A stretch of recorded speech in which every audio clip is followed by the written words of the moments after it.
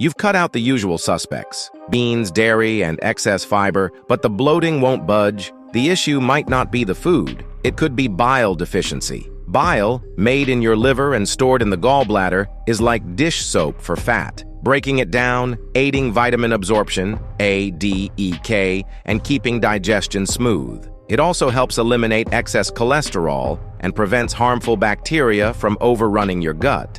But when bile is low, fat stays undigested, bloating worsens, stools turn greasy or pale, and vitamin deficiencies creep in. Why does bile run low? Gallbladder removal. No storage is equal to weak bile flow. Antibiotics. Kill good gut bacteria that help recycle bile. Low-fat diets. Less fat equals no bile stimulation. Too many carbs. Excess insulin disrupts bile production. Chronic stress and high cortisol disrupts liver function.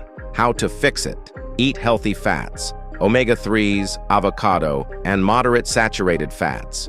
Probiotics and fermented foods help restore gut bacteria. Intermittent fasting allows bile to concentrate and reset. Cut back on processed carbs keeps insulin in check. Ignoring bile issues doesn't just cause bloating. It can lead to poor nutrient absorption, high cholesterol, and long-term digestive struggles. If you found this helpful, give this video a thumbs up, hit subscribe, and turn on notifications so you never miss out on more tips.